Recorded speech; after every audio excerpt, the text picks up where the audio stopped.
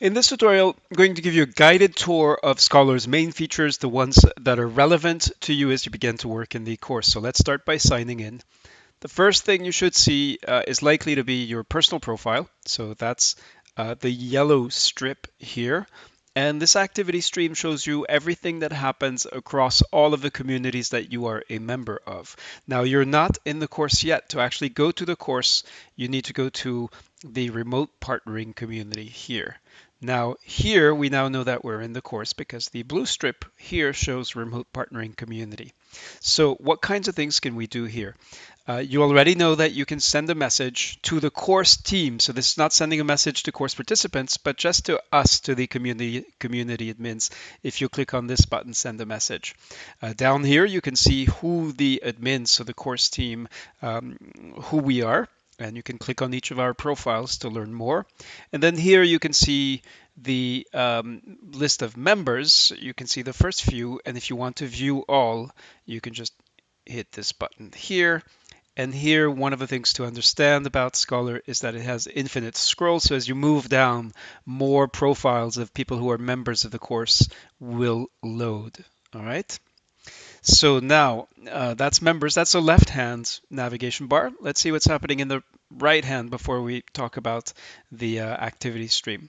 So in the right-hand bar, you have the recent activity. So this is a record of the most recent things that people have actually done. So events that happen in the community. It's a bit different from the activity stream. If you view all, you can see that this is the remote partnering community's activity. All right.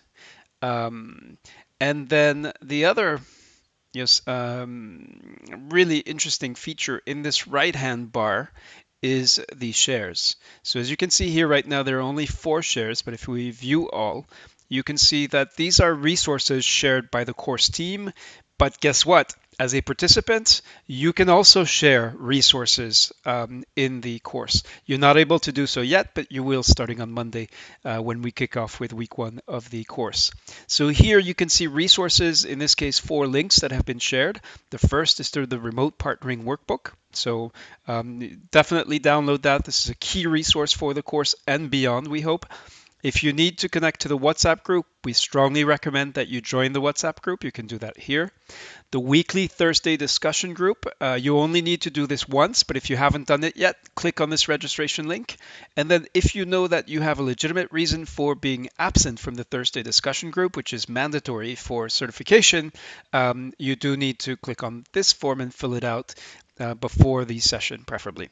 So that you'll see the shares fill up. We'll post resources, things that are relevant to the work at hand in the shares, and we'll also be asking you and encouraging you to share your own resources. Now let's go back to the activity stream and let's see what's happening here. So this is the center column, and this shows you everything that is happening in the course. So in this case, because we're in orientation week, people are joining the community. Unless people have set their profiles to private, you can also go and look at their profiles and learn about the participants in the course. This is one more way in which you can connect with your peers. You can actually, let me just go back here. If you add to peers when you're viewing somebody's profile, that's like making a friend request in Facebook. You can also send Maria Isabel Navarro a private message, which she will receive in this little message interface, but I'll deal with that a bit later. So in the activity stream, you see everything that's happening by default. Remember, you should have bookmarked what I'm going to do here manually, which is to go to updates and then filter updates to show only admins updates, which is how you will then be able to see only the updates from the course team. So the instructions, what you need to do, the tasks that you need to do. And for orientation day 1, all of you should have already seen this set of tasks here. So basically take the time to read through line by line, step by step, identify what you need to do and follow up, and you will do fine.